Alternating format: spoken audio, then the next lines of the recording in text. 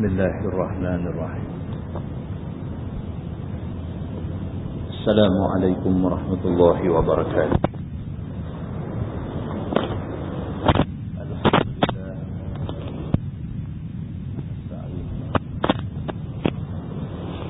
Asyhadu an la ilaha illallah wahdahu la syarika lah. وأشهد أن سيدنا محمدا عبده ورسوله ونصلي ونسلم على هذا النبي الكريم سيد المرسلين وعلى آله وصحبه أجمعين. أما بعد، أيها المؤمنون اتقوا الله وإياي بتقوى الله فقد فاز المتقون. Muslimin dan muslimat, mudah-mudahan dirahmati Allah Subhanahu wa taala. Di dalam sebuah hadis an Aisyah radhiyallahu anha qalat ma daraba Rasulullah sallallahu alaihi wasallam shay'an qat biyadihi wala imra'atan wala khadiman illa an yujahida fi sabilillah wa ma nila minhu shay'un qat fayantaqima min sahibihi illa an yuntahaka shay'un min maharimillah fayantaqima lillahi ta'ala atau kama qala. Hadis sahih riwayat Imam Muslim. Aisyah radhiyallahu anha, isteri Nabi sallallahu alaihi wasallam, menceritakan,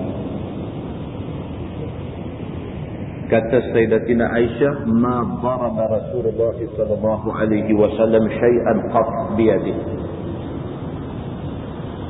Aisyah kata Nabi sallallahu alaihi wasallam tak pernah sekali pun guna tangan dia pukul orang.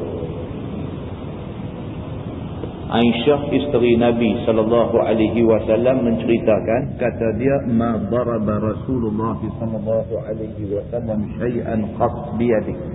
Nabi sallallahu alaihi wasallam sekali pun tak pernah guna tangan dia untuk pukul orang. Wala mar'atan wala khadiman. Nabi tak pernah pukul walaupun isteri dia, walaupun hamba sahaya dia. Nabi tak pernah guna tangan dia pukul orang. Tak kira siapa, Nabi tak pernah pukul siapa-siapa. Illa an yujahida fi sabilillah, melainkan kalau sekiranya Nabi nak pukul pun sewaktu melawan kafir musuh di medan perang. Waktu duduk di dalam medan sabilillah, waktu tu Nabi guna tangan dia pegang senjata untuk perang dengan musuh Islam. Wa ma nila minhu syai'un qat fayantaqima min sahibi illa an yuntahaka syai'un min maharimillah. Dan Nabi sallallahu alaihi wasallam tidak pernah kena sesuatu yang menyakitkan dia, yang kemudiannya Nabi sallallahu alaihi wasallam nak balas balik orang yang buat sakit dia. Nabi sallallahu alaihi wasallam biasa kena sakit dengan orang. Orang buat bagi Nabi sakit. Orang biasa punggai Nabi dengan ketil batu sampai berdarah-berdarah. Orang biasa ambil benda lempak ke Nabi, ambil perut unta busuk buah atas belakang Nabi. Nabi biasa sangat kena sakit dengan orang ni. Biasa sangat. Tapi kok Nabi SAW nak balas balik kepada orang yang buat sakit dia, tak sekali-kali. Nabi tidak pernah balas orang yang buat sakit dia dengan sebarang bentuk balasan yang berbentuk sakit juga. Nabi tak pernah buat. Illa an yuntahaka syai'un min maharimillah fayantaqima lillah. Melainkan kalau sekiranya orang tu buat satu benda yang melanggar hukum Allah. Kalau setakat buat Nabi, Nabi dia tahan begitu aja, dia tak balas balik. Tapi kalau orang tu buat satu benda yang menyebabkan melanggar hukum Allah Subhanahu wa taala, buat satu benda yang melanggar hukum Allah, pada waktu itu Nabi SAW akan balas dia. Balas dengan tujuan nak mengharapkan keredaan Allah Subhanahu wa taala. Maknanya kalau mai satu orang ambil peti batu punggai Nabi, Nabi tak balas balik. Tapi kalau mai satu orang depan Nabi pergi curi harta orang lain depan Nabi SAW, Nabi pasti akan balas dia dengan balas hukum yang ditentukan Allah. Sabit kesalahan, Nabi potong tangan dia. Nabi potong tangan bukan kerana nak bagi sakit kawan tu, tapi kerana nak mengharapkan keredaan Allah Subhanahu wa taala. Hadis itu hadis sahih riwayat Imam Muslim. Di dalam sebuah hadis riwayat Anas radhiyallahu anhu, kata Anas bin Malik, kuntu amshi ma'a Rasulullah sallallahu alaihi wasallam wa alaihi burdun najrani ghadiyul hashiyah fa adrakahu a'rabi فجبذه بردائه جبذة شديدة فنظرت إلى صحفة عاتق النبي صلى الله عليه وسلم وقد أثرت بها حاشية البرد من شدة جبذته ثم قال يا محمد مر لي من مال الله الذي عندك فالتفت إليه فضحك ثم أمر له بعطاء أو كما قال hadis sahih muttafaqun alaih. Anas bin Malik radhiyallahu anhu menceritakan, kata dia satu hari aku duduk berjalan sama dengan Nabi sallallahu alaihi wasallam. Waktu tu Nabi sembai atas bau dia selendang Najran. Anas bin Malik ni sahabat Nabi, khadam Nabi. Dia cerita,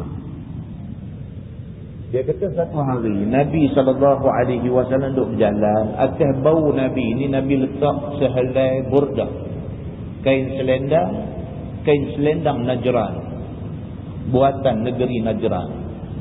Nabi buah atas bau dia. Ghalizul hashiyah, yang kata kain selendang tu tepi-tepi dia ni kasar. Kain selendang tu belah tepi, belah hujung-hujung ni kain kasar. Begitu. Fa adrakahu a'rabi, tengah Nabi SAW duduk berjalan dengan sahabat-sahabat ni, jernih terjumpa dengan satu Arab Badui, satu A'rabi. Fajabadahu biridaihi jabzatan syadidah, dia pergi pegang kain hak Nabi buah atas bau tu, dia pegang, dia rentak. Ni yang kata Arab Badui yang jumpa Nabi ni. Dia jumpa Nabi SAW, dia pergi pegang kain selendang hak Nabi bubuh atas bau Nabi tu, dia pegang, dia rentak macam tu. Jabzatan syadidah, rentak kuat. فنظرت إلى صحفة عاتق النبي صلى الله عليه وسلم وقد أثرت بها حاشية البرد من شدة جبهته.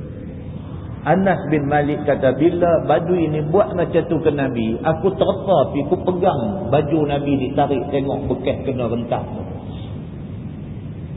وقد أثرت بها حاشية البرد, lekat bekas di tengkuk Nabi. Dia tarik kain hak buah atas bau Nabi ni, dia tarik kuat tu sampai lekat asarat, lekat bekas di tengkuk Nabi ni kerana kuatnya rentak. Summa qala, kemudian kata Badui ini kepada Nabi, dia kata, ya Muhammad, murli min malillahi allazi indak. Dia kata, wahai Muhammad, dia kata, perintahkan supaya duit zakat ada kat kamu tu bagi ke aku. Aku orang susah. Nak minta duit, kasar lagu tu. Punya tak ada bahasa. Tak, nak minta duit, nak minta orang tolong, biduk buat sombong, biduk buat kasar macam tu, siapa nak tolong kita? Nak minta tolong, buat cara nak minta tolong. Nak buat cara nak minta kesian, nak minta tolong, dia buat sombong. Orang tak tolong lah. Tapi yang kata Nabi ni, yang kata Nabi SAW, mai satu orang nak minta tolong dia, nak minta tolong cara kasar macam tu. Dia kata pula, ya Muhammad. Dia kata, wahai Muhammad, mesti kepada orang-orang kamu supaya bagi dekat aku min malillah, daripada harta Allah, yakni daripada zakat kamu duk simpan tu, bagi ke aku sikit. Faltafata ilaih, Nabi SAW beralih tengok ke badui ni. Fadhahika, Nabi senyum, Nabi gelak ke dia.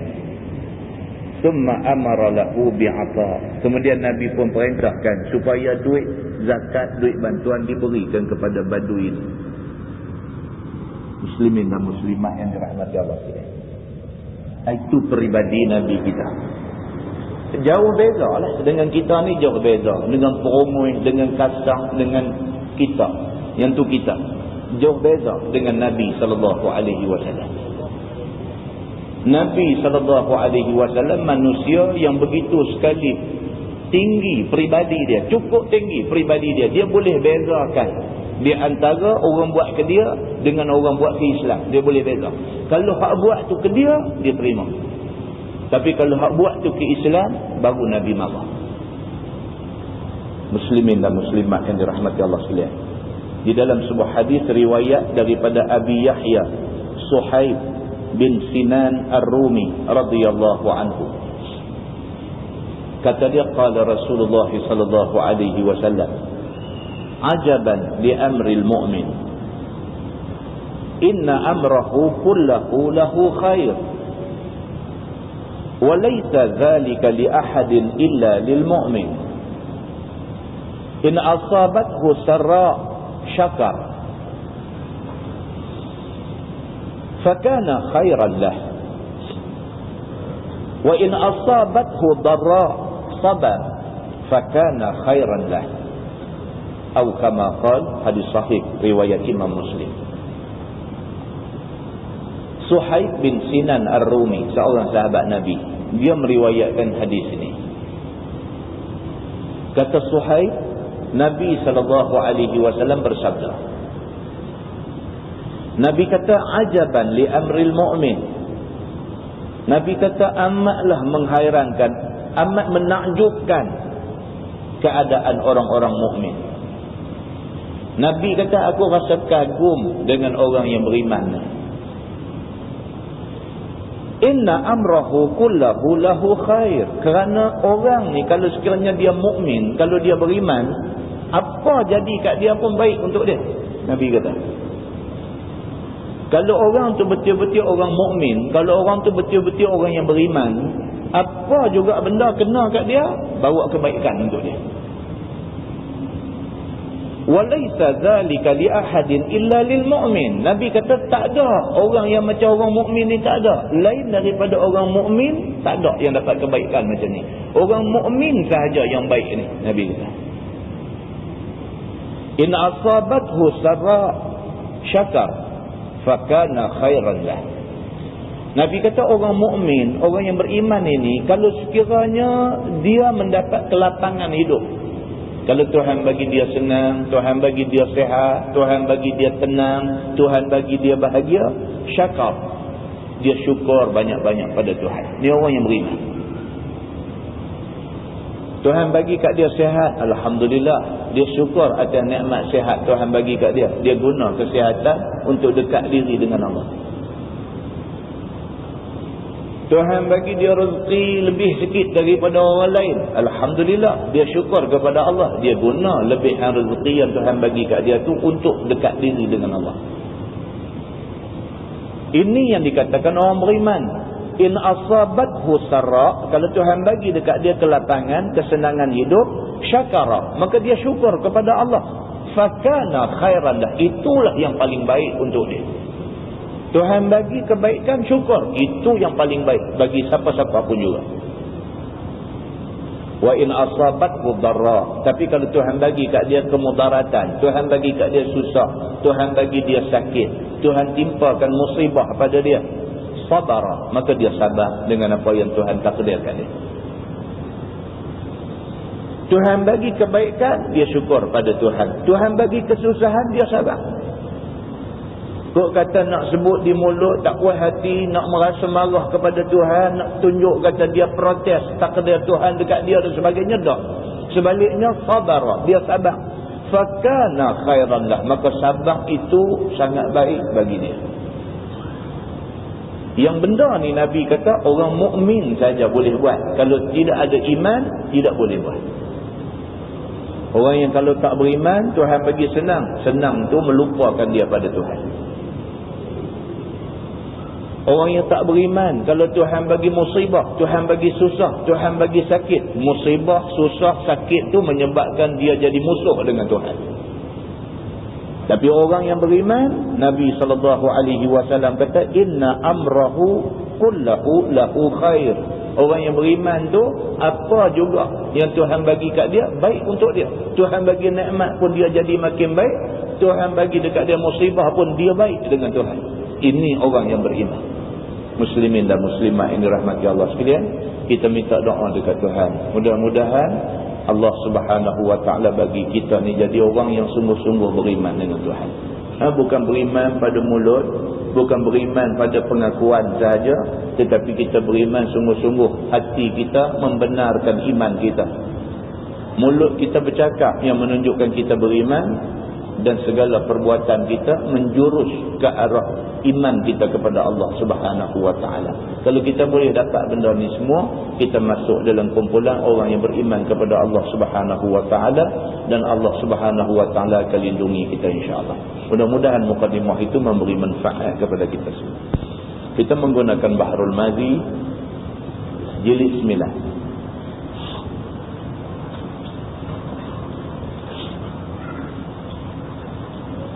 Muka surat 28. Muka surat 28. Kita masuk satu bab baru, bab ma jaa fil mukhtali'at.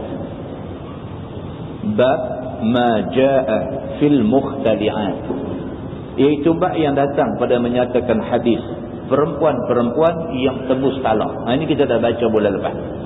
Bulan lepas kita dah baca bagaimana boleh berlaku kes tebus talak. Apabila seorang isteri, dia rasa dia tak selesa sangat duduk dengan suami dia. Dia tak suka dekat suami dia, sama ada kerana suami dia jahat, atau kerana suami dia ni membosankan, atau apa juga sebab. Pokok pangkalnya, isteri tiba-tiba jadi tak suka dekat suami. Dan isteri ni minta supaya suami cerai dia. Suami tak mau cerai dia. Suami nak juga kekalkan dia sebagai isteri. Maka akhirnya setelah tidak ada jalan, isteri ini berbincang dengan suami. Hasil perbincangan itu dicapai satu kata sepakat. Suami dia sanggup cerai dia dengan syarat dia bayar satu jumlah duit yang tertentu. Kalau suami setuju, isteri pun setuju nak bagi duit. Dan suami setuju dengan jumlah yang dipersetujui tadi, maka dua-dua suami isteri pergi depan qadi, dan qadi boleh lakukan prosedur perceraian mengikut kaedah khulung ataupun tebus talak. Suami menceraikan isteri dengan syarat isteri bayar kepada dia jumlah duit yang tertentu. Pada malam ni kita nak tengok pula cerita tentang ni. Dia kata bab yang datang pada menyatakan hadis perempuan-perempuan yang menebus talak. Ketahuilah saudaraku, bermula perempuan yang minta cerai kepada suami dengan ketiadaan salah suami, maka ia itu berdosa. Itu nombor satu. Isteri yang tak duduk tak berkenan dekat suami, minta suami cerai dia, berdosa isteri ni. Istimewa pula minta cerai dengan tebus talak. Lebih-lebih lagi kalau perceraian berlaku dengan cara tebus talak, sanggup bayar duit, janji suami cerai dia. Sanggup kata dekat lelaki dia, hama apa ambil, hama rumah ambil, hama kereta ambil, hama barang kemas aku pun ambil, lepas aku aja. Kalau sampai macam tu, isteri kata, sedangkan suami tidak ada salah, isteri duduk dalam keadaan dosa sangat-sangat di sisi Allah. Bermula dalil yang menunjukkan atas yang demikian ialah hadis yang dikeluarkan oleh Imam At-Tirmidzi. Kata dia, an Thauban anil Nabi sallallahu alaihi wasallam qala al-mukhtali'at kunnal munafiqat Maksudnya diriwayatkan daripada seorang sahabat Nabi sallallahu alaihi wasallam, nama dia Thauban radhiyallahu anhu. Daripada Nabi sallallahu alaihi wasallam bersabda ia, bermula perempuan-perempuan yang menembus talak dirinya dengan ketiadaan apa salah suami, ialah perempuan-perempuan yang munafik. Nabi kata mana-mana perempuan yang tak duduk tak berkenan dekat laki dia. Benda ni jadi dalam masyarakat kita ni biasanya kerana kemunculan third party, dia kata. Isteri ni menikah dengan laki-laki ni, maka dia jadi isteri kawan tu. Masa dia menikah dengan laki-laki ni dulu tak ada siapa mau ke dia. Lepas dia menikah dengan kawan ni, tah macam mana pun tak tahu. Timbul mai satu hero mana ke mai duk mengorat dia, sedangkan dia sudah pun duduk pada status isteri orang. Mai pula satu third party, satu pihak ketiga nak tackle bini ni. Ditambah ke pula laki hak sedia ada ni susah, orang susah, dan hero hak baru muncul ni orang ada duit. Maka akhirnya berlaku benda-benda yang macam ni. Maka isteri ni duk bertahan, duk jadi isteri kepada kawan laki-laki ni, bertahan, sedangkan hati perut tak suka dah dekat suami tu. Dia duk suka kat hero baru. Maka dia duk menyamar depan suami dia ni seolah-olah dia masih isteri kawan tu. Sifat dia yang menyembunyikan hak sebenar dalam diri tak berkenan dekat laki tu, tunjukkan rupa seolah-olah masih cinta kepada laki, itu munafik. Baik. Dia kata yakni perempuan yang serupa dengan kelakuan munafik, iaitu pada zahirnya pura-pura dirinya ada baik dan berjalan betul dengan suaminya. Zahir orang tengok nampak okey. Nampak dia isteri kawan tu, pi kenuri, pi sekali, pi mana ke sekali, pi pasar tani pun kawan ni beli, kawan ni pegang bakul. Nampak macam elok, tapi dalam makanan aneh.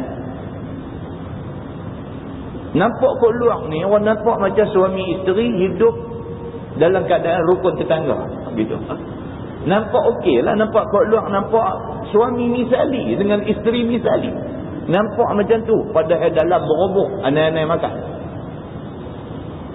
Dalam tu Tuhan aja yang tahu. Dia benci kat laki dia ni, dia meluat tengok laki dia, dia melugai dengan laki dia ni, Tuhan aja yang tahu. Maka dia duk pura-pura tunjuk kata dia masih isteri yang baik ni, munafik, Nabi kata. Tetapi pada batinnya tidak baik, bahkan berhati bengkok, dia kata. Luar tunjuk kata isteri yang setia, isteri yang baik, gunung-gunung buat kalut layan lah, bancuh ayak laki balik dan sebagainya. Di belakang tu ada cerita lain dengan orang lain. Sebenarnya batin dia ni berhati bengkok, tak betul, dia kata. Boleh jadi ada kira bicaranya di luar yang tiada disukai oleh suaminya dan melampaui hukum-hukum syarak. Di sebalik wayang duk tunjuk kata layan suami elok ni, di sebalik itu dia kata kayu tiga, dia kata. Di sebalik duk tunjuk manis muka dekat suami, di sebalik pagi-pagi kalut setrika baju suami, di sebalik petang suami balik bancuh ayak punya kalut, goreng cucuk kodok main hidang dan sebagainya. Di sebalik itu rupa-rupanya kayu tiga.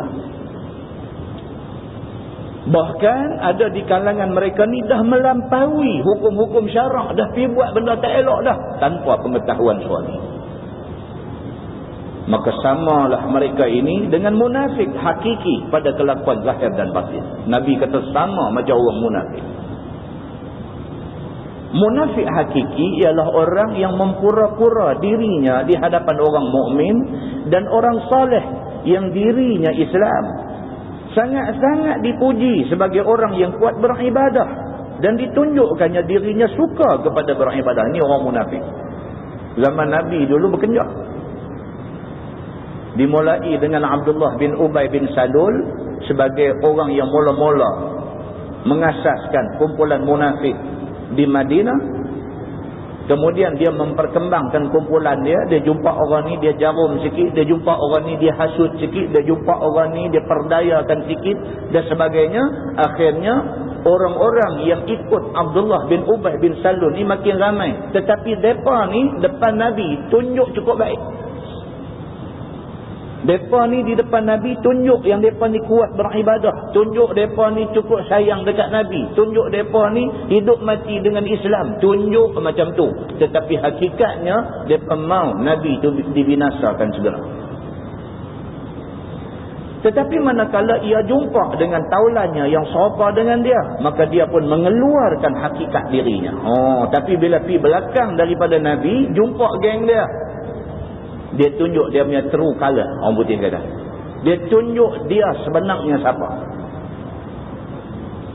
Dalam surah Al-Baqarah apa yang ayat ni, wa iza khalau ila syayatinihim tu. Dan apabila depa ni beralih kepada syaitan-syaitan depa, qalu inna ma'akum. Sesungguhnya dia kata dekat kawan-kawan dia, aku geng hampa lagi, dia kata. Innama nahnu mustahzi'un, kami ni buat main-main, dia pura-pura aja tunjuk beriman, sebenarnya hang dengan aku sama aja, dia kata. Ini cerita orang munafik. Sebenarnya mereka tidak percaya Allah dan tidak percaya hari akhirat. Ni sebenar orang munafik ni bukan takut kat Tuhan. Kalau dia takut kat Tuhan, dia tak buat benda hak Tuhan duk kata tak boleh buat. Bila dia duk gamak buat benda hak Tuhan kata tak boleh buat, makna dia tak takut kat Tuhan. Dia buat-buat kata dia takut kat Tuhan. Dan disebutkannya di hadapan taulannya dengan jalan mengeji-ngeji dan mengejek-ngejek. Bila jumpa kawan-kawan dia, dia duk buat perlimain dengan Nabi dan orang-orang yang ikut Nabi. Katanya, apa akhirat? Apa semayang? Apa Muhammad? Apa ibadah? Semua orang yang beriktikad ke akhirat itu orang bodoh. Tidak memikirkan yang sebetulnya, iaitu apakala kita mati menjadi tanah, tidak hidup semula dan tiada hari akhirat lagi. Hak tu hak sebenar ada dalam diri dia. Bila duduk depan Nabi, tunjuk cukup bagus semayang sama dengan Nabi. Nabi semayang sunat, dia semayang sunat. Nabi buat apa, dia buat apa. Nabi suruh dan pilari buat dan sebagainya. Tunjuk baik. Belakang Nabi, hak tu hak sebenar. Dia kata jenuh kalau nak kira dengan puak-puak ni. Dia kata cakap mai cerita akhirat. Akhirat. Dia kata tak habis-habis dengan akhirat. Dia buat cakap macam tu. Dia kata tak habis-habis. Dia kata ni apa? Dia kata Muhammad. Apa serupa kita lah. Dia kata macam tu. Muhammad tu serupa kita lah. Dia pun manusia, kita pun manusia. Dia makan, kita makan. Dia minum, kita minum. Dia macam kita aja, tak ada beza apa. Dia bercakap macam tu. Dia kata Muhammad. Dia kata nak ikut dia. Dia habaq kat kita tak boleh kahwin lebih pada 4. Dia balas seberapa belah orang. Orang lupa tu nak ikut. Di belakang dia kata macam tu. Bila depan Nabi ni salam, bongkok, tunjuk, hormat dan sebagainya, lambat beralih belakang. Dia bawa keluar apa ada dalam poket. Boleh tikam-tikam, boleh tembak-tembak. Ini sifat munafik. Sebenarnya mereka ni tidak percaya Allah dan tidak percaya hari akhirat. Maka itulah kelakuan munafik yang hakiki. Zahirnya lain daripada batinnya.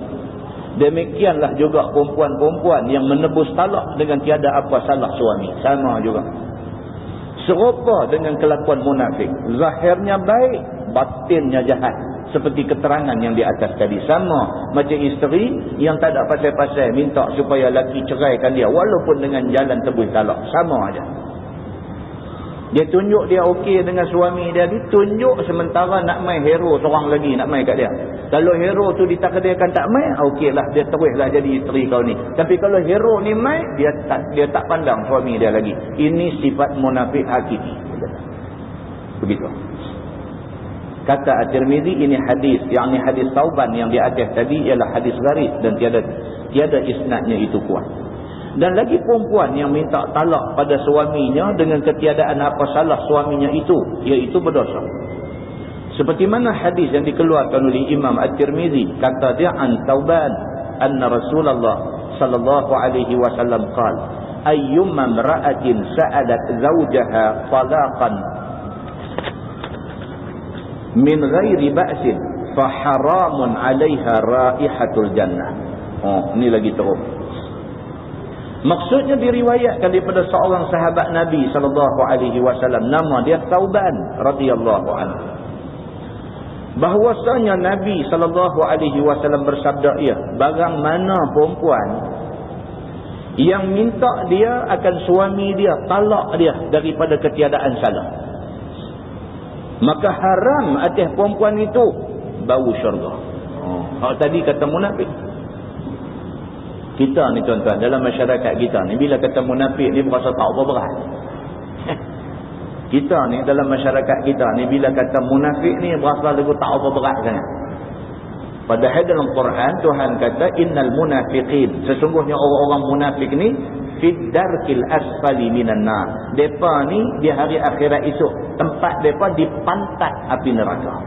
Tempat paling panas depa ni nanti duduk. Tapi kita ni dalam masyarakat kita, bila kata munafik ni berasa okey lagi. Berasa okey lagi. Bila kata kafir marah. Bila kata munafik ni dia berasa selesa lagi, dia berasa okey, dia berasa boleh lagi dengar. Ada dalam Quran Tuhan kata munafik ni fid darkil asfali minan nar, depa ni duduk di dasar api neraka.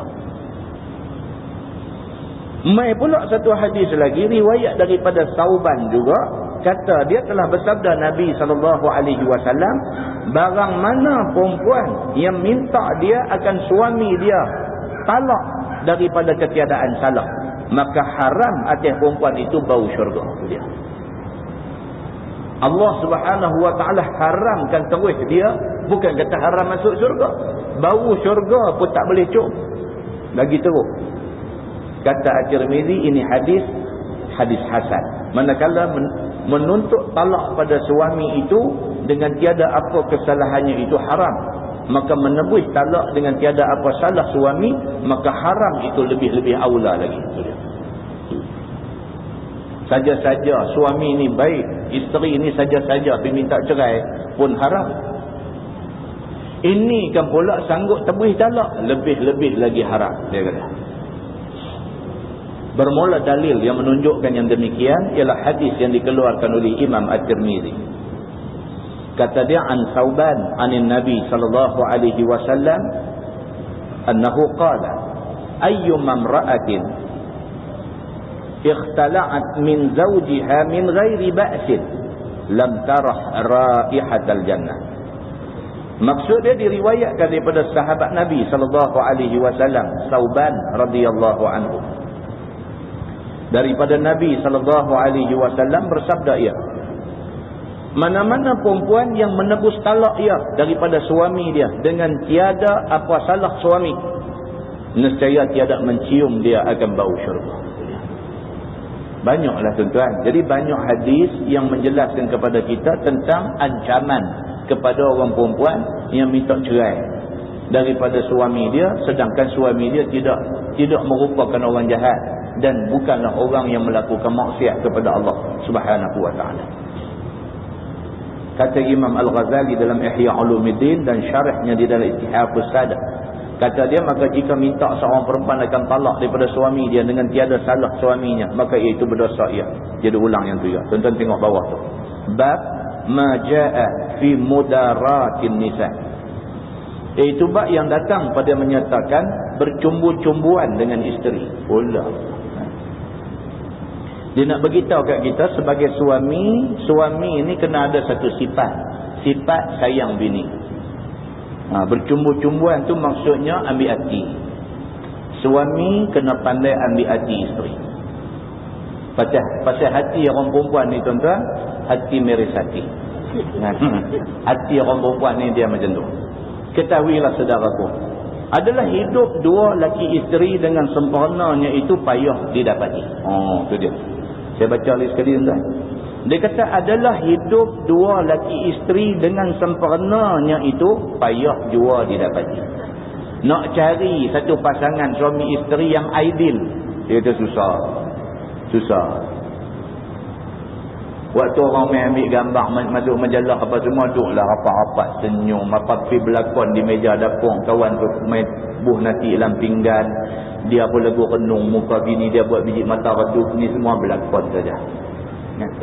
Hak sebenarnya dia kata apa? Hak sebenarnya nak cari hak perfect, hak sempurna ni susah. Bukanlah tak ada, tapi susah. Sempurna ni pendek kata sampai tak ada jadi Tak ada benda yang bergeser, tak ada benda yang jadi pertelingkahan. Dia kata susahlah, nak jumpa susah. Orang kata sedangkan lidah lagi tergigit, ni pula laki bini. Ya, lidah ni berapa lama daripada kita beranak keluar, main lidah duk tentu lah. Duk dekat dengan gigi tu, daripada tak tumbuh gigi, duk gusi, duk tergigit dah. Dia terbit main gigi, gigit zakal lagi lah. Ya. Tu hak duk dekat hari-hari tu, daripada dulu lidah dengan gigi ni memang duk berjiran pun tekoh-tekoh dia jadi gumana tergigit. Kan? Ini pula suami isteri, kan, baru duduk sekali 15 tahun, baru duduk sekali 25 tahun, baru duduk sekali 45 tahun. 45 tahun pun baru berbanding dengan lidah dengan gigi duduk sekali berapa lama. Nah. Lidah dengan gigi duduk berapa lama dah pun boleh tergigit, ni pula baru duduk sekali. Biasalah kalau jadi sikit sebanyak itu adalah adat manusia. Begitu. Oleh kerana payah didapati satu perempuan yang lurus dan betul tabiatnya menurut sebagaimana kemahuan suami dengan senantiasanya. Ini yang orang perempuan kadang-kadang dia tak setuju. Kan? Pasal apa? Dia kata asyik dia kata duk salahkan orang perempuan juga. Kerana orang perempuan tak betul lah hidup jadi tak elok rumah tangga. Dia kata bukan semua orang perempuan tak betul. Dia kata orang lelaki-lelaki tak betul lagi ramai. Dia kata begitu pula kan. Tapi dia beritahu kat kita di sini, dia kata kalau isteri ni dia boleh taat apa suami kata, elok. Hak tu jadi pasal ni pasal tak taat. Kalau dia tak taat tu kerana suami suruh buat benda dosa, tak apa. Tapi hak suami suruh buat benda baik pun dia tak taat. Hak ni hak nak jadi pasal. Kerana nak tunjuk kata tak mau taat, itulah maka duk berlaku macam-macam krisis rumah tangga. Macam tu. Dia kata dan lagi pula perempuan-perempuan itu sebenarnya telah dijadikan Allah Subhanahu Wa Taala daripada tulang rusuk yang bengkok. Punca dia pun memang asal kejadian orang perempuan ni daripada tulang rusuk hak bengkok. Asal pun memang bengkok dah. Kan? Begitu. Maka bagaimana bengkok tulang rusuk? Maka sebagai inilah ia. Dia kata oleh kerana tulang rusuk tu dah bengkok, maka mereka ni pun bengkok sikit. Dia kata. Bengkok sikit. Yang ni tiada mau perempuan-perempuan itu turut laki-laki dengan sebenar-benar. Turut seperti mana kehendak suami. Maka dengan kerana bengkok tu, kadang-kadang dia bengkiang sikit. Suami kita malam ni, kita pergi mengaji di Seberang Jaya. Malam ni bak rumah tangga. Hang kena pergi. Dia buat kalut-kalut apa tu tadi tak main. Dia buat kalut. Dekat nak maghrib tu dia buat kalut.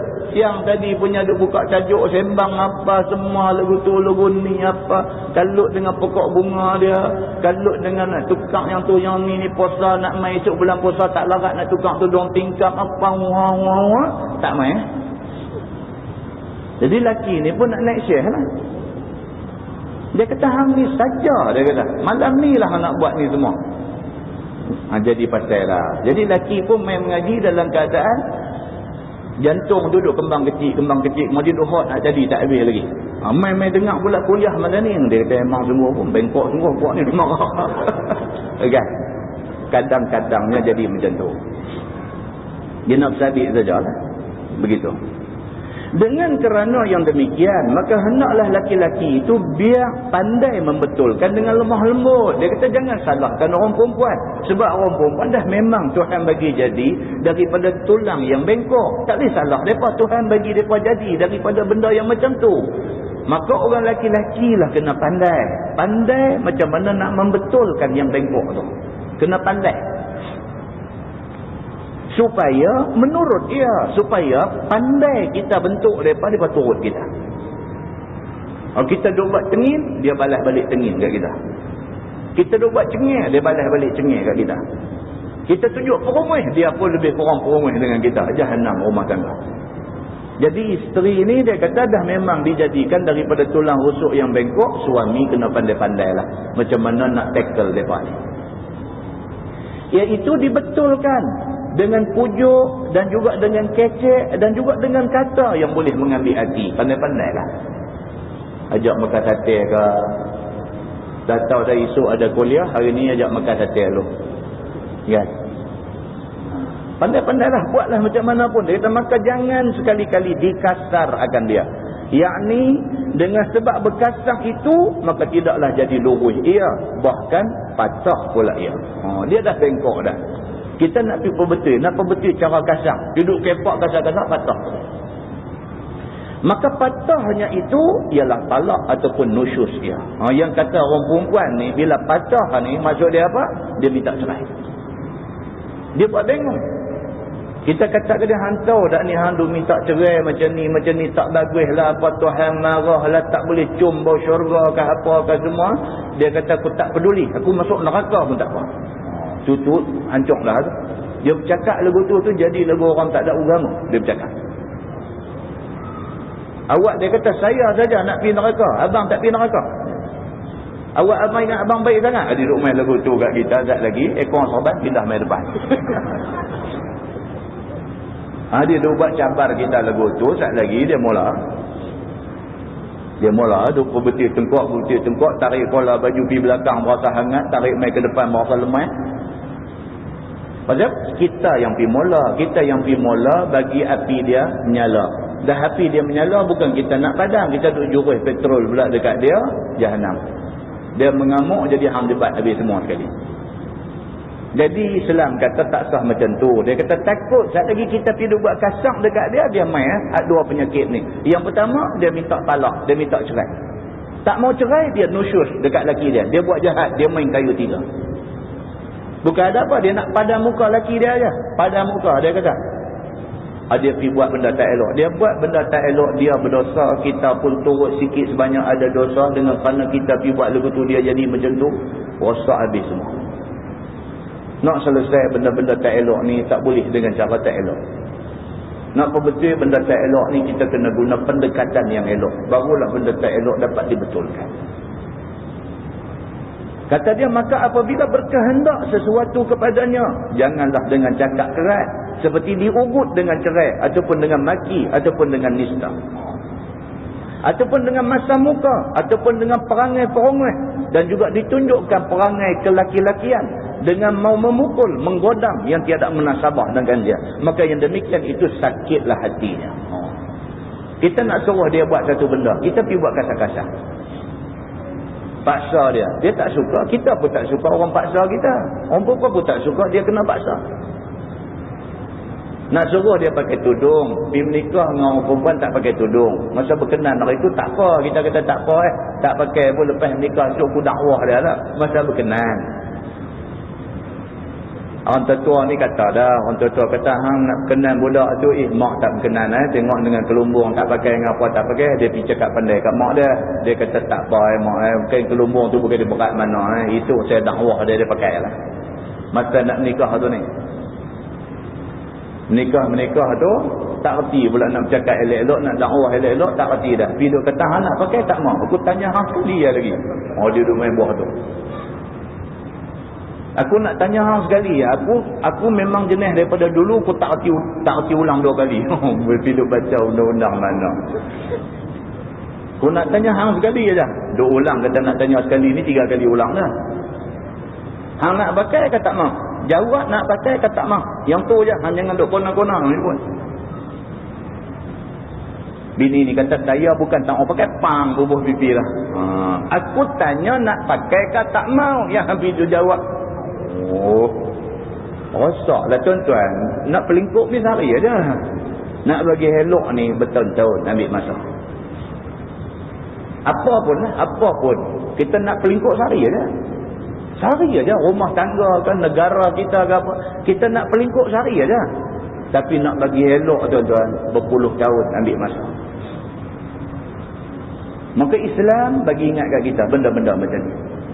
Jangan pergi buat perongoi, jangan pergi buat masam muka Allah. Sampai isteri ni fed up dengan kita. Dengan duk tarik muka ni cukup champion. Allah. Sampai isteri kata, tak tahu lah. Dia kata, awak lah pergi jadi lagu ni. Tak kena sikit dia buat muka perat. Jalan macam Hitler duk jalan dalam rumah. Tak kena sikit dia buat ta'awun cakap.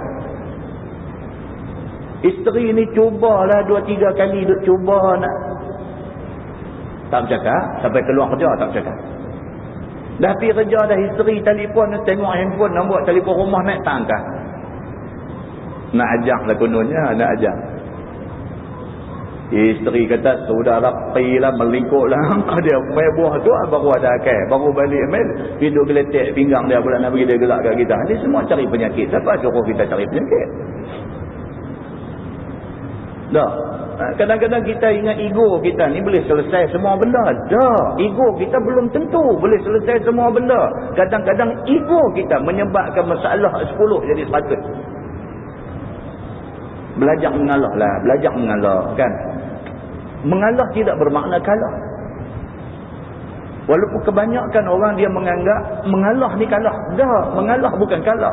Mengalah ni Nabi SAW pun tak makan cekak dengan orang-orang kafir Quraisy yang ada di Mekah ni. Allah suruh Nabi berundang daripada Mekah ke Madinah. Adakah Nabi hijrah ke Madinah tu kalah? Dah, berundang untuk nak susun strategi baru. Masuk balik Mekah tak tumpah darah setitik pun. Mekah dapat dibuka dengan amannya. Kita tak ambil iktibar daripada sirah Nabi. Kita tak ambil iktibar. Kita nak buat cara kita juga. Maka rosak rumah tangga. Muslimin dan muslimat yang dirahmati Allah sekalian. Dia kata maka sakitlah hati isteri, dan sakit hati itu membawa kepada talak dan nusyuz. Dia pun dah tak tahan dah dengan perangai suami dia, bakit semayang hajat, minta Tuhan lembutkan hati suami dia.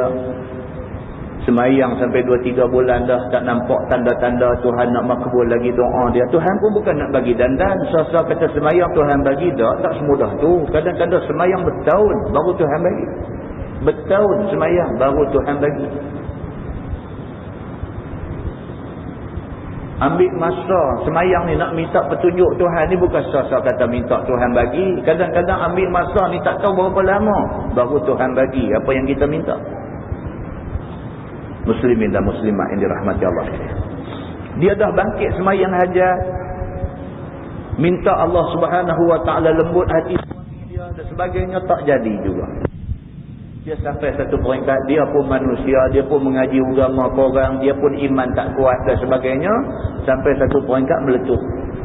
Dia kata, sudahlah, aku seorang aja duk kena pergi sembah buat baik ke dia, sudahlah, hari ni last lah. Aku pun nak tunjuk, kata aku rosak rumah tangga. Dia nusyuz dekat suami dia. Maka hendaklah laki-laki itu biar banyak belah kesian kepada perempuan. Dia kata belajarlah bersimpati dengan mereka ni, kesian ke mereka. Yang ni bagi mempersetujukan dengan kehendak sendiri. Jangan duk suruh isteri dengar dia. Sekali-sekala kita dengar dia.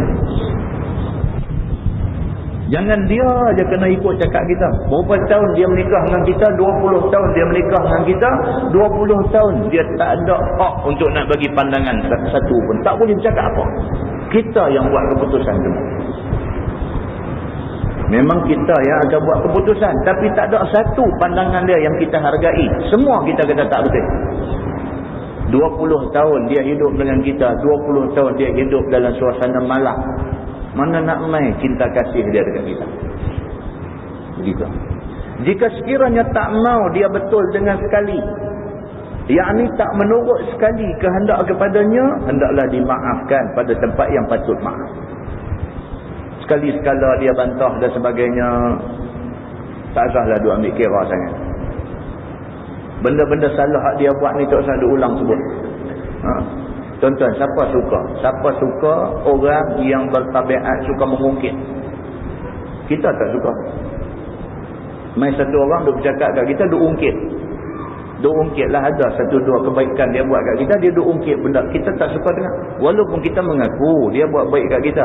Tapi bila dia duk ungkit lepas sekali-sekali, lepas sekali-sekali, lepas sekali-sekali duk ungkit, kita nak menyampah. Perbuatan mengungkit ni agama tak bagi. Agama tak bagi. Mengungkit-ungkit kebaikan yang kita buat ni, agama tak bagi. Pasal apa? Pasal dia menyalahi fitrah manusia. Baik laki-laki, baik perempuan. Tak suka dengar orang duk mengungkit-ungkit. Bila ungkit, nak jadi pasal. Benda yang boleh selesai dalam masa sehari, pergi jadi seminggu. Begitu. Dan jikalau patut pujuk, maka hendaklah pujuk akan dia. Baik dengan wang ataupun dengan pakaian. ataupun dengan apa-apa yang menyukakan dia. Pujuklah. Takat-takat boleh pujuk, pujuklah. Begitu. Ataupun dengan jalan nasihat. Ataupun dengan jalan minta tolong orang bagi nasihat. Kalau kita nasihat nampak tak jalan, pergi cari orang lain mai tolong nasihat. Mana kata kita tak boleh pergi dengan dia ni. Kita duk cakap kat dia apa, dia buat tak heran kat kita. Dia kata sudahlah, dia kata abang pun baru berubah 2-3 hari ni aja. Allah, dia kata saya bukan tak kenal abang, kita menikah ni berapa tahun dah. Dia kata saya kenal abang daripada dulu sampai lah. Abang ni pun baru jadi lebay 2-3 hari ni. Dia pergi kata lagu tu kat kita. Kita fahamlah makna kata kita tak boleh masuk lah. Kita duk gagah rempuh pun tak lagi jahanam habis. Pergi cari orang lain. Pergi cari satu orang, siapa yang isteri ni rasa segan. Belah adik-beradik dia ke, belah adik-beradik kita ke, orang dalam kampung kita ke, siapa yang agak dia ada segan sikit, minta kawan tu main cakap dengan dia. Main cakap elok-elok betul lah. Mana ada manusia yang start beranak-beranak main terus pakai serban elok, tak ada. Semua pun start dengan macam-macam. Start dengan jahil, baru ada ilmu. Start dengan bodoh, baru jadi pandai. Macam-macam lah. Yang penting 2-3 hari ini kita dah berubah jadi elok. Start daripada 2-3 hari ini ke depan kita kena jadi elok. Kena ada satu orang main bagi nasihat kat dia. Kalau dah kita tak boleh jalan, ambil orang lain main bagi nasihat ke dia. Maka dengan perjalanan yang demikian itu, yakni sehari dipuji, sehari dimaafkan, sehari diikut kehendaknya, sehari dimarahkan dia dengan nasihat dan ajaran yang baik-baik, maka dapatlah bersuka-suka dengan dia. Mau ada macam tu. Tak boleh duduk tegang sedia, tak boleh letih. Dia kena ada sari, okey, sari kita marah sikit, sari kita puji dia, sari kita kata dia bagus, mau ada macam tu. Ada tak betul kita tegur pun dengan cara elok-elok dan sebagainya. Kena ada benda-benda macam ni. Dan demikianlah disuruh oleh Nabi SAW seperti tersebut dalam hadis riwayat At-Tirmizi. Kata dia, an Abi Hurairah radhiyallahu anhu qala Rasulullah SAW, innal mar'ah kadh-dhil'i in zahabta tuqimuha kasartaha.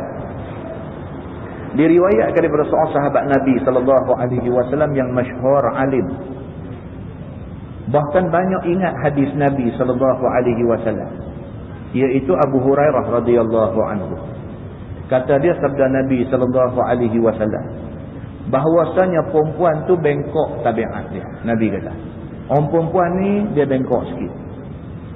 Seperti bengkok tulang rusuk. Maka tulang itu tidak boleh dibetulkan dengan lurusnya sebagai membetulkan besi dan seumpamanya. Besi hak keras tu kalau bengkok kita boleh berbetul. Tapi tulang tak boleh berbetul. Kepak patah. Tulang ni bukan keras macam mana keras besi. Tapi besi hak keras tu boleh berbetul kalau bengkok. Tapi tulang hak tak sekeras besi tu tak boleh berbetul. Kepak juga patah. Maka dia kena ada cara. Maka jika engkau pergi betulkan dia dengan kehendak sekali lurus, nescaya engkau patah akan dia. Kalau sekiranya kamu nak buat sedih aja, nak bagi selesai semua, patah. Dia kena sikit-sikit. Tuan-tuan tahu ada orang dilahirkan kaki pengkang. Kaki dia pengkang. Bila berdiri tu kaki dia tak lurus. Kaki dia jadi lagu bracket lagu tu. Kaki pengkang. Lah ni orang boleh pergi jumpa doktor ortopedik ni, doktor pakar tulang ni. Mereka boleh buat operation perbetul pengkang tu. Mereka boleh buat operation perbetul pengkang tu. Tapi dia bukan saya kata buat itu keluar-keluar lurus dah. Dia ada cara dia tarik sikit lama-lama hak pengkang tu jadi straight balik. Kalau tidak, kesian lah kat dia. Duk cita-cita nak jadi askar, tak boleh jadi. Pergi interview, lepas suruh jalan. Lepas kata lagu ni, minta nak jadi Popeye pun tak boleh. Lepas kata, ni pula nak jadi, tak boleh. Lepas kata, tak terima. Pergi buat yang tu, dia perbetul lebih-lebih lagi masa zaman budak-budak ni. Tulang dia lembut lagi. Dia ditarik sikit, bagi straight, elok kaki tu. Okey. Dia tak boleh sedih. Apa cerita pun dia tak boleh sedih. Kalau nak buat dengan dandan tu nak elok jahanam. Patah benda tu. Kerana tabiatnya dan kejadiannya Allah Subhanahu wa taala memang dah jadikan demikian itu. Sabda Nabi sallallahu alaihi wasallam, wa in taraktaha istamta'ta biha ala iwaj. Maka jika engkau biarkan dia bengkok, nescaya bersedak-sedak engkau dengan dia atas bengkoknya. Yakni jika engkau pakai perempuan tu dalam keadaan tabiat dia yang tak betul, ataupun sebagai pakai helah, yakni pujuk dan kecek dan manis muka, dan sedikit berkasak, sedikit berhalih, sedikit diberi upah dan sebagainya, sedikit dibiarkan, sedikit dimarah, nescaya bolehlah engkau bersedak-sedak dengan dia atas bengkoknya itu. Boleh. Kalau dengan dandan nak pergi betul, dia kata patah, memang tak boleh. Kena buat sikit, barulah dia boleh betul balik daripada bengkok dia. Pendeknya, bergaul dengan isteri itu naklah membanyakkan sabar dan hendaklah panjang hati. Nak atok orang perempuan ni, dia kata kena sabar banyak, hati kena sabar betul. Kalau tidak, tak boleh, dia kata. Dan berpandai siasah dengan dia dengan mendapatkan berbagai-bagai helak seperti yang sebutkan di atas tadi. Kena pandai-pandai lah. Ada satu hari dia masak nasi mantap. Dia masak nasi mantap. Mai kat kita tak salah terak pinggan tu. Tengok-tengok mata awang penat sangat ke hari ni, awak tak abang. Kalau abang awal-awal tadi kita pergi makan di kedai. Tak marah dia. Allah, dia rasa bersalah tu lah, tak tahu nak abang. Kan? Ambil terik sikit lagi, mantah pun suap juga, kenyak dalam mulut makan. Malam tu buat kembung perut tu, tepuk pum. Dia lagi rasa bersalah. Kan? Oh ni dah main makan buat mulut kenyak, terak bukan kata pinggan, meja tu terak habis. Dia kata ni hak organ kan, stone cold kan ni, dia kata. Dia pun sampai tak boleh nak beza dah lelaki dia dengan stone cold. Diterak meja tu tungging ke bawah. Dengan kerana masak termantah sikit kan. Ada. Dia kata kena ada pandai cara, dia kata. Menurut sebagaimana yang diharuskan oleh syarak kita. Takat yang boleh lah. Takat yang boleh kita tolak ansur dengan dia. Dengan tujuan supaya dia ambil pengajaran daripada kesilapan dia. Maka kata At-Tirmizi, ini hadis. Yang ni hadis Abi Hurairah itu ialah hadis yang hasan, lagi sahih, lagi gharib daripada ini wajah. Dan bermula isnadnya ada bagus.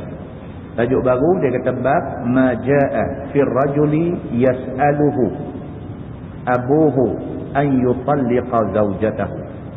Yang ni pula satu masalah pula. Itu bab yang datang pada menyatakan masalah. Satu orang laki-laki yang menuntut akan dia oleh bapaknya bahawa ia ceraikan isterinya. Pula. Satu orang laki-laki kahwin dengan satu perempuan. Tiba-tiba pak laki-laki ni tak berkenan dekat menantu ni. Maka pak ni kata dekat anak dia. Dia kata aku tak berkenan menantu aku ni. Bini hang ni aku tak berkenan. Dia kata aku mohon cerai bang dia. Pak pergi masuk campur macam tu. Dalam kebanyakan kes hadut jadi dalam masyarakat kita ni bukan pak, mak masuk campur. Dalam kebanyakan kes mak masuk campur.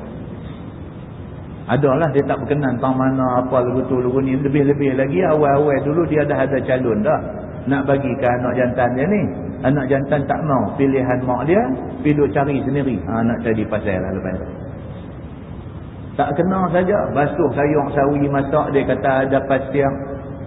Dia buat tengah-tengah makan nasi, dia buat lari pergi ludah buang. Dia buat.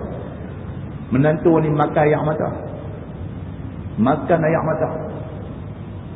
Ada saja 1001 akal dia nanti duk main dalam kepala. Pasal apa? Pasal daripada awal anak dia nak menikah dengan perempuan ni, dia dah tak setuju dah.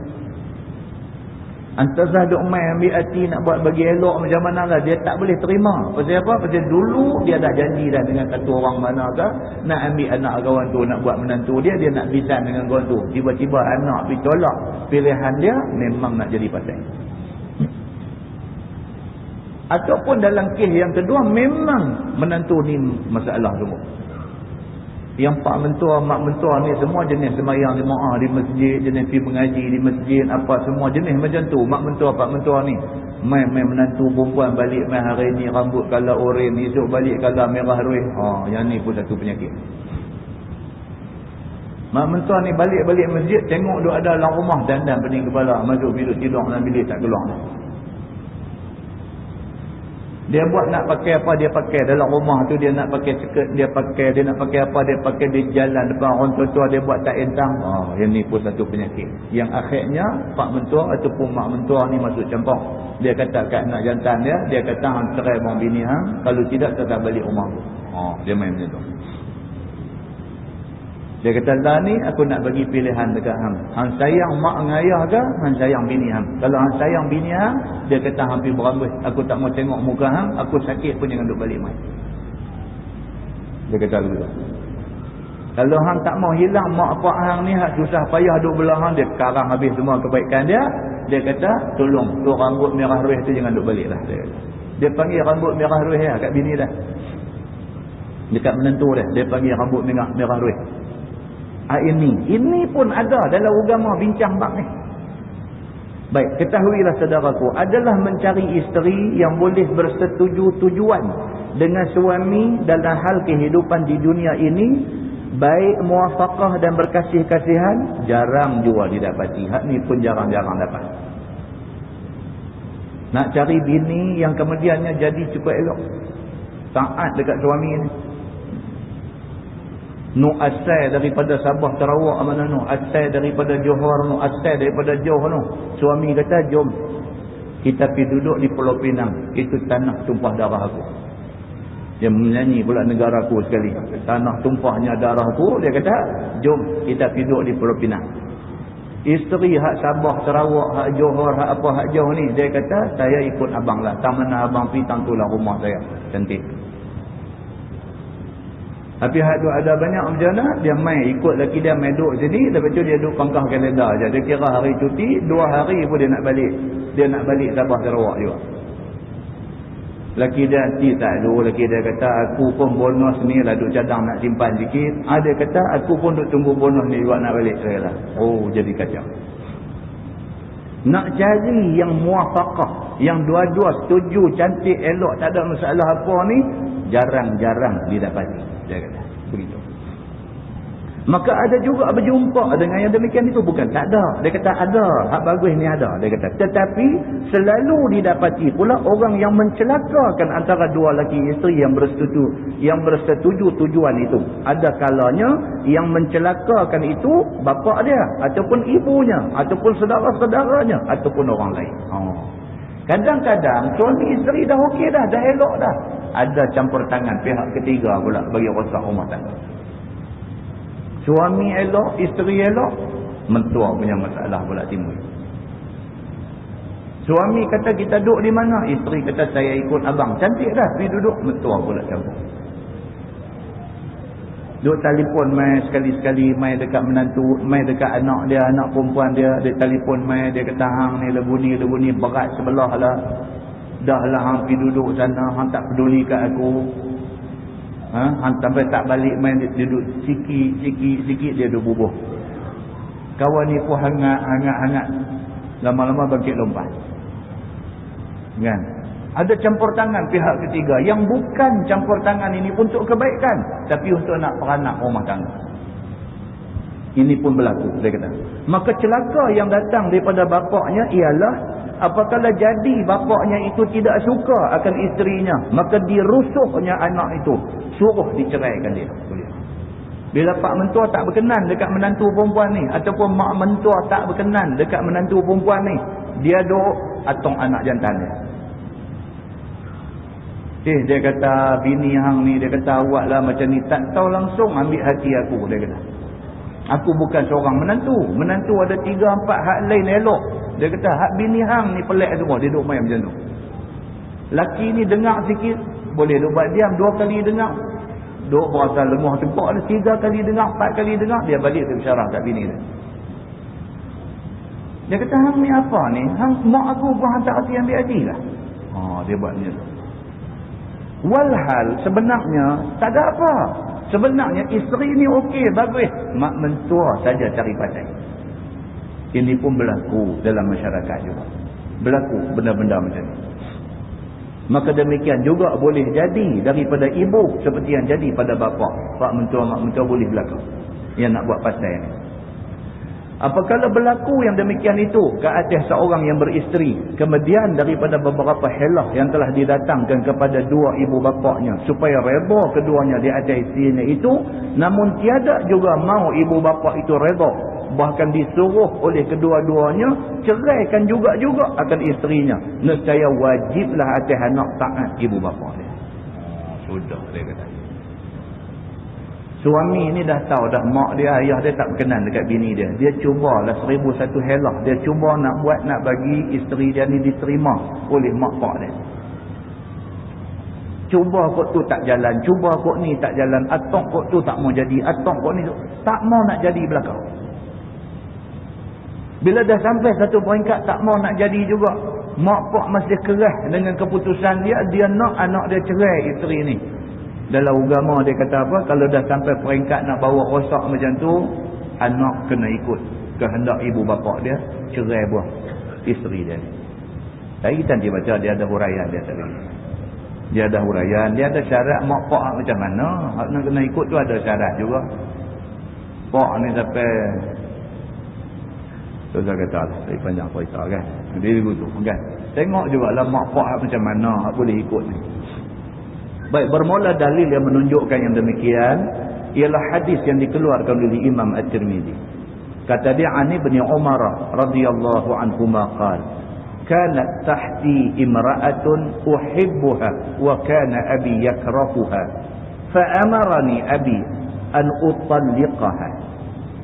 Maksudnya diriwayatkan daripada seorang sahabat Nabi sallallahu alaihi wasallam, lagi iparnya yang alim besar. Nama dia Abdullah bin Umar bin Al-Khattab radhiyallahu anhuma. Kata dia, adalah bagiku seorang perempuan yang di bawah perintahku. Ni anak Sayyidina Umar, Abdullah bin Umar bin Al-Khattab. Ibnu Umar ni dia kata dia ada seorang isteri. Ialah perempuan yang kasih aku akan dia. Ibnu Umar kata, aku sayang kat bini aku. Aku sayang bini aku. Dan adalah bapa aku Umar Al-Khattab radhiyallahu anhu benci dia akan isteri aku yang aku sayang itu. Oh, ni anak Sayyidina Umar. Ada seorang isteri ni dia cukup sayang, tapi malangnya pak dia Sayyidina Umar tak berkenan dekat menantu ni. Maka disuruh oleh bapa aku Sayyidina Umar suruh anak dia bahawa ceraikan dia. Sayyidina Umar suruh anak dia cerai bang menantu ni. Maka kata Abdullah, fa'ataitu fadzakartu dzalika lin-nabi sallallahu alaihi wasallam faqala, ya Abdullah ibn Umar, talliq imra'atak. Maka enggan aku menceraikan isteriku itu. Anak Sayyidina Umar, pak dia suruh dia cerai bini, dia tak mahu. Pasal apa? Pasal dia sayang bini dia. Dia tak mau cerai bini dia. Maka tidak mau aku turut suruhnya, yakni suruh Umar Al-Khattab menceraikan isteriku itu. Hingga gaduh ia menuntut pada aku menceraikan dia. Sayyidina Umar ni sampai dah marah sangat dah. Dia suruh anak dia cerai buang menantu tu, anak dia tak mau ikut cakap dia sampai nak marah dah. Dan menjadikan hal yang demikian itu susah hati aku. Anak Sayyidina Umar ni dia kata, aku pun naik susah hati. Pak aku tak berkenan sungguh dengan bini aku ni. Maka pergilah aku kepada Nabi SAW. Dan aku sebutkan yang demikian itu kepada Nabi SAW. Dia pun tak kesudah. Pak dia pun orang hebat, Sayyidina Umar.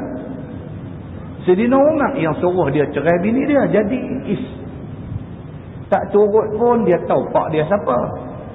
Nak turut dia berasa pak dia, nak banding dengan dia, dia lebih kenal bini dia daripada pak dia. Jadi dia rasa macam suruhan pak dia tu tak betul. Jadi dia susahlah nak ikut suruhan pak dia. Tapi tak apalah, zaman tu ada Nabi. Maka dia pergi jumpa Nabi SAW. Maka kata Ibnu Umar, ya Rasulullah, adalah bapa hamba suruh hamba ceraikan isteri hamba yang hamba kasih akan dia. Maka sabda Nabi SAW, ya Abdullah, ceraikanlah olehmu akan isterimu itu kerana taatkan bapa kamu. Dia pergi mengadu ke Nabi. Pergi mengadu ke Nabi. Bukan Nabi nak sokong dia. Bukan Nabi nak panggil Sayyidina Umar, main marah Sayyidina Umar, masuk campur rumah tangga anak dan sebagainya. Sebaliknya bila pergi mengadu ke Nabi, Nabi kata dekat dia, kalau dah macam tu pak kamu mau, ikut kehendak pak kamu. Pula jadi macam tu pula. Kata At-Tirmizi, hadis Ibnu Umar itu hadis yang hasan lagi sahih. Baik. Pada hadis itu menunjukkan Sayyidina Umar suruh anak dia ceraikan isteri dia. Maka tidaklah dapat kita katakan Sayyidina Umar itu tak baik. Tak bolehlah kita kata apa Sayyidina Umar ni duk masuk campur hal ehwal rumah tangga anak dia, suruh anak bercerai menantu apa semua. Apa Sayyidina Umar ni perangai tak elok? Tak boleh kata macam tu. Kerana Sayyidina Umar seorang yang tinggi akal dan satu daripada Khulafa'ur Rasyidin. Khulafa' Ar-Rasyidin. Maksud dia apa? Khalifah-khalifah yang mendapat petunjuk. Sayyidina Umar Al-Khattab ni bukan macam kita. Sayyidina Umar Al-Khattab ni Khulafa' Ar-Rasyidin. Dia adalah khalifah yang mendapat petunjuk Tuhan. Dia masuk dalam 10 orang yang dijamin syurga oleh Nabi SAW dalam hadis. Jadi Sayyidina Umar suruh, tak boleh bertikai. Itu maksud dia. Maka tiadalah boleh kita kata akan dia seperti setengah daripada bapa orang-orang sekarang yang menurut nafsunya jua. Tak boleh sama lah dengan pak lah ni. Kalau pak lah ni katakan anak dia, hang cerai buang ni bini hang ni, menantu aku ni, aku tak berkenan kat dia ni, tak mesti kita kena ikut. Kerana pak kita bukan Sayyidina Umar, walaupun nama dia Pak Umar. Kan dia macam tu. Bahkan telah berkata ulama, Sayyidina Umar menyuruh anaknya ceraikan isterinya itu kerana memeliharakan maslahah anaknya yang tidak diketahui oleh anaknya. Ini kelebihan Sayyidina Umar. Allah Subhanahu wa taala sudah bagi satu ilham dekat dia, ni isteri anak kamu ni ada masalah. Dia ni ada masalah. Kalau anak kamu kekal menjadi suami dia, satu hari anak kamu akan menjadi masalah. Maka lebih baik cerai buang dia awal-awal. Tuan-tuan ingat balik kisah apa tu? Nabi apa dulu? Nabi Khidir ke apa? Yang jumpa budak kecil, dia pergi bunuh budak tu. Kan? Dia ada sebab. Dia ada sebab dia bunuh budak tu, dia ada sebab. Pasal apa? Pasal Allah sudah bagi ilham dekat dia sebab dia Nabi. Allah sudah bagi ilham dekat dia, kata budak ni bila besar itu nak jadi sekian-sekian. Maka tamat buang riwayat dia awal-awal ni supaya dia tak jadi orang yang berdosa. Ini benda-benda yang luar biasa yang kita tak boleh campur. Sebab benda ni daripada Allah Subhanahu wa ta'ala. Maka tidak boleh suai padankan kes Sayyidina Umar ni dengan kes kita hari ni. Kita hari ni kalau pak masuk campur, katakan anak dia suruh cerai menantu hak ni, belum tentu kita boleh ikut. Sebaliknya kita boleh pertimbangkan lagi. Tak mesti hak dia kata tu betul. Takkah hak dia kata tu dibalut dengan hawa nafsu yang menggila, dan kita tak boleh turut kehendak hawa nafsu seseorang manusia. Begitu. Baik, seorang yang kasih akan isterinya turut sebagaimana kasih yang diharuskan oleh syarak. Tiba-tiba datang bapa dia ataupun datang mak dia benci akan isteri dia, serta disuruh oleh keduanya, yakni mak pak suami ni suruh supaya anak jantan dia cerai buang isteri ni, maka harus bagi anak itu mencarikan helah supaya dua ibu bapa kasih kepada isteri. Hak tu dia patut buat, bukan dia patut cerai. Dia kena cari akal macam mana nak bagi mak pak dia suka dekat isteri dia. Seperti dicarikannya orang-orang untuk memperdamaikan ataupun menasihatkan antara keduanya dan sebagainya. Maka jika sekiranya tiada helah, maka menurut kata ibu bapa itu lebih aula. Tapi kalau tak boleh nak buat dah, memang isteri dia ada masalah sungguh, maka mak pak tak boleh terima isteri dia. Kalau dah sampai macam tu, cerai bang. Untuk maslahah yang lebih baik, dia kata. Ini atas pertimbangan, kan? Ada satu orang main jumpa saya itu ni, perempuan, dia kahwin dengan satu laki-laki anak tunggal. Suami dia ni anak tunggal. Makna mak suami dia ni tak ada anak dah, anak tu seorang aja. Anak dia anak tunggal tu, anak laki-laki tunggal. Kemudian pula pak dah tak ada, pak dah mati, tinggal mak saja seorang. Yang mai jumpa ni perempuan, dia mai duk cerita, ya Allah. Sampai kita pun mula-mula macam tak percaya. Lepas tu bila kita cek balik, tanya-tanya balik, betul hak dia cerita ni memang betul. Orang-orang yang rapat dengan dia, yang duduk dekat dengan rumah dia memang cerita betul. Nasib dia nak buat macam mana? Dia ni perempuan, dia menikah dengan satu laki-laki. Laki-laki ni anak tunggal. Anak tunggal pula ada mak mentua saja. Ada mak saja. Laki-laki ni ada mak je, pak dah tak ada dah. Maka mak ni dia jadi macam satu sakit mental macam tu. Dia tak boleh terima hakikat dia kehilangan anak. Dia tak boleh terima. Dia nak anak laki-laki dia ni tetap anak laki-laki dia. Dan dia tak boleh terima satu orang perempuan lain main curi kasih sayang anak laki-laki dia ni. Dia tak boleh terima yang tu. Sampai dia ni main cerita ni, perempuan ni dia main cerita, ustaz dia nak abang kat ustaz. Dia kata ustaz mesti tak percaya, tapi saya nak abang hak sebenar saya duk tanggung, dia kata. Sampai tidur sebilik mak ni, ya Allah ustaz saya nak abang itu je, dia kata. Daripada saya menikah dulu, dia kata sampai lah ni mak mentua saya tidur sebilik, dia kata. Saya tak boleh lah, saya abang siapa pun orang tak percaya. Inilah hakikat dia kata. Tidur sebilik. Sampai dia dengan husband dia ni, dengan laki dia ni kenal, jadi macam orang tak nikah lagi, duk curi-curi. Dia kerja, laki dia pun kerja. Kalau nak hidup sebagai suami isteri, nak bersama ni kena pergi sewa bilik hotel. Time kerja tu, dia pergi kerja, suami dia pergi kerja, cari time jumpa dalam bilik hotel. Balik rumah, mak tidur sekali. Dia kata gila, dia kata. Nak kata apa lagi sampai macam tu? Kalau betul lah, dia kata kalau betul cerita puan ni, dia kata gila. Ustaz kata cerita ni gila, saya ni dah nak gila lah, dia kata. Alamak, dia kata macam tu pula. Kita pula berasa silap pula, kita pergi kata gila lah. Ni saya ni dah macam nak gila dah ni, dia kata. Jadi sampai macam tu. Kita kata kat dia, tak bolehkah cakap dekat suami, suruh suami terang kat mak dia. Allahu Akbar, ustaz, yang tu awal-awal dah lah kita buat. Tentu dah yang tu awal-awal kita buat.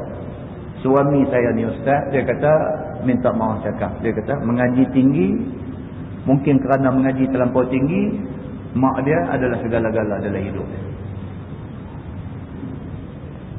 Mak dia segala-gala dalam hidup dia. Di satu ketika, dia macam kata dia pun tak senang lah, dia tak selesa dengan sikap mak dia ni. Tapi di satu ketika yang lain, bila kita komplain mak dia lebih sikit, dia dah nak naik angin, dia nak buat kita.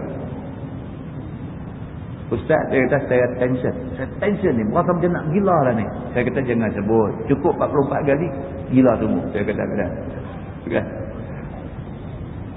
Jangan duk sebut. Lagi dia main masa mustajab doa tadi, pergi duk sebut ni saya nak gila, saya kata tup kata. Tengok peluang pergi duk tidur saya jalan raya. Jangan duk sebut. Saya kata benda tu benda tak elok, jangan duk sebut. Nak gila ni jangan duk sebut. Ustaz tolong, dia kata nak selesai macam mana masalah saya ni, tolong saya kata. Saya kata kat dia, boleh bagi nombor telefon suami dia, boleh saya sembang sikit dengan dia? Oh tak berani, dia kata, tak berani. Ustaz nak telefon, nak cakap apa dengan dia? Nak cakap apa? Suami saya ni cemburu ni, dia kata tak ada manusia. Tak lagi ustaz pergi telefon dia, kata ni nak cakap sikit, sebut pasal ni, dia kata saya jadi cucuk kodok kan, nak jadi bola bowling, dia tak tahu, dia kata di rumah. Ustaz, nah, tentang kita nak tolong lu mana? Kalau macam tu kita mungkin dia, bagi dia bila dia cerita tu kira berapa persen daripada masalah dia ringan balik sikit. Yang tu kita boleh dengar, nak buat apa? So last sekali apa dia buat? Dia minta tukar. Dia minta tukar tempat kerja, daripada duduk satu negeri tu pindah pergi satu negeri lain. Yang isteri ni tak boleh, dia kata dia nak gila, dia kata. Dia minta tukar pergi satu negeri lain. Dia minta pergi, anak-anak dia bagi dekat anak-anak buat keputusan, Nak ikut mak kan, nak ikut ayah. Kalau nak ikut ayah, duduk di sini. Kalau nak ikut mak, mak nak pergi sana. Mak kena pergi kerja sana. Anak semua ikut dia. Kan? Dia lah yang tu kan. Macam Ustaz Semail kamu, Ustaz Badaruddin Haji Ahmad cerita kan. Ni masalah berkelahi laki bini ni. Tanya anak seorang-seorang nak ikut siapa? Sulung nak ikut mak, nombor 2 nak ikut mak, 3 nak ikut mak, 4 nak ikut mak. Lalai ayah dia kata saya pun ikut mak juga. Tak jadi bercerai pula dah. Kabut betul. Lalai pakai ikut dia jadi tak jadi bercerai. Ini pun jadi macam ni lah, anak-anak dengan mak ni habis lah. Kan? Dengan mak ni habis lah. Nak ikut mak. Pindahlah dia ni. Pergi duduklah di negeri. Satu negeri lain. Dia duduk di sana dengan anak-anak dia. Suami ni duduk telefon, duduk ugut ni. Hang buat macam ni. Hang buat macam ni kat aku. Hang nusyus lah apa ni. Derhaka. Hang tak cium bau syurga lah apa lah. Semua duduk syarah dalam telefon kat dia. Dia kata kat suami dia. Nak cium bau syurga. Dia kata nak balik. Nak tidur sebilik dengan mak hang. Dia kata. Bila kata begitu, dia. Bila kata lebih-lebih kat mak dia naik angin. Bila kata sikit, dia boleh terima. Dia pun tak puas hati orang tua tu nak main tidur sekali. Tapi kata lebih-lebih, dia pertahan balik mak dia. Rosak. Dia kata tak boleh. Betul, anak dah 3 dah. Dia kata, tak boleh selesai. Masalah ni tak boleh selesai. Benda macam ni tuan-tuan, bila main cerita kita pun tumpang sakit kepala. Dia tolong fikir kat dia. Tapi tak boleh tolong. Alangkah baiknya kalau dia tak usah cerita kat kita. Ingat, dia tak boleh tolong. Rupa-rupanya malam ni bila baca-baca dalam kitab ada kes macam ni dibawa mai di dalam agama kita. Bawa mai dah ni. Presiden-presiden kes ni yang pernah berlaku zaman Nabi SAW dulu, dan dia bagi penyelesaian dia macam ni. Penyelesaian dia satu aja. Dia kata apa? Nasihat. Tak boleh nasihat, ambil orang lain suruh bagi nasihat. Tak boleh juga, tak ada jalan. Tak ada jalan. Kamu kena buat keputusan walaupun keputusan tu sakit, tapi untuk kebaikan kena buat juga. Muslimin dan muslimat yang dirahmati Allah. Kesimpulan dia apa tuan-tuan? Kita wajar bersyukur pada Tuhan. Kita wajar bersyukur pada Tuhan kerana apa yang Tuhan bagi kat kita ni dah baiklah. Syukur dekat Tuhan. Tuhan bagi kat kita satu keluarga. Tak jadilah macam kes-kes yang berlaku pada zaman Nabi pun berlaku kes-kes macam ni. Kita tak jadi kes-kes macam ni. Syukur banyak-banyak pada Tuhan. Syukur pada Tuhan dalam bentuk melipat gandakan ibadat kita dekat Tuhan. Bulan puasa nak mai tuan-tuan, kita tanam azam. Bulan puasa nak mai, tanam azam. Kali ini punya bulan puasa all out. All out. Habis-habisan kita nak supaya sepanjang puasa ni kita betul-betul hidup dengan Allah. Betul-betul hidup kita ni kerana Allah. Mudah-mudahan sebulan bulan puasa ni menjadi satu latihan yang boleh menjadikan kita manusia yang lebih dekat dengan Allah. Wallahu a'lam. Lepas ni kita masuk tajuk bab ma jaa la tas'alul mar'ah talaqa ukhtiha. Lepas ni dia nak masuk tajuk cerita tentang satu perempuan bersetuju nak kahwin dengan satu laki-laki yang dah beristeri. Lepas tu perempuan ni mensyaratkan kepada laki-laki tu, dia kata kalau kamu nak menikah dengan aku, kamu ceraikan isteri kamu yang dah ada. Ini ceritanya. Ini pun berlaku dalam masyarakat. Satu perempuan dia nak kahwin dengan satu laki-laki yang dah beristeri.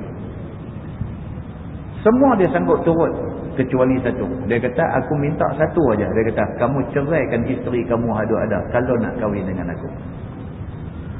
Dia mensyaratkan benda tu. Perbuatan dia mensyaratkan benda tu dekat laki-laki yang dah beristeri ni, apa agama kata dekat dia. Wallahu a'lam.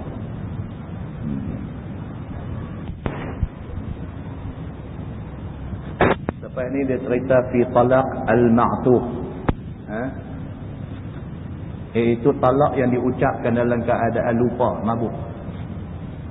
Lupa mabuk ni dia bawa main 3 lah. Satu dia kata mabuk kerana minum arak. Dia cerai isteri dia dalam keadaan mabuk arak. Jatuh ke tak jatuh, talak. Yang kedua dia kata mabuk. Mabuk yang tidak disengajakan. Naik feri nak pergi Langkawi, kena lambung ombak, lambung, mabuk, cerai bini dia. Misalan katanya macam tu. Tak berlaku ke tak talak tu. Ataupun dia buat main contoh yang ketiga. Dia kata contoh yang ketiga ni mabuk lagu mana? Bukan mabuk maksudnya mabuk kerana minum, kerana naik feri apa tak. Dia ni jenis orang yang apa nak kata, dia ni jenis, dia kalau dia marah sampai satu peringkat dia jadi macam orang hilang akal. Ada manusia jenis ni. Dia jangan bagi marah. Kalau dia marah, dia tak ingat apa dia buat masa dia marah tu. Dalam keadaan dia tak ingat apa dia buat dan dia marah tu, dia cerai bini dia masa tu. Jatuh kata itu salah dia. Benda ni berlaku dalam masyarakat. Kemudian kita akan tengok lagi tajuk cerita tentang perempuan hamil yang diceraikan oleh suami. Wallahu a'lam. Saya ada satu ceramah pada 4 hari bulan di Masjid Universiti Sains Malaysia, USM, 4 hari bulan, hari Isnin lepas maghrib. Pihak USM minta tolong bagi tahu sebab mereka lambat buat maklumat. Jadi saya mengambil kesempatan untuk minta maaf kepada tuan-tuan kalau sekiranya selama kuliah saya di sini daripada lepas puasa dulu sampailah jumpa puasa ni ada benda-benda yang tak patut saya buat. Saya minta maaf kepada tuan-tuan dan saya minta ampun kepada Allah Subhanahu wa taala. Dipanjangkan umur, kita berjumpa lagi selepas daripada selesai mengerjakan ibadat puasa dan selepas raya. Wallahu a'lam. Kita tangguhkan dengan tasbih kafarah dan surah Allah. Subhanallah.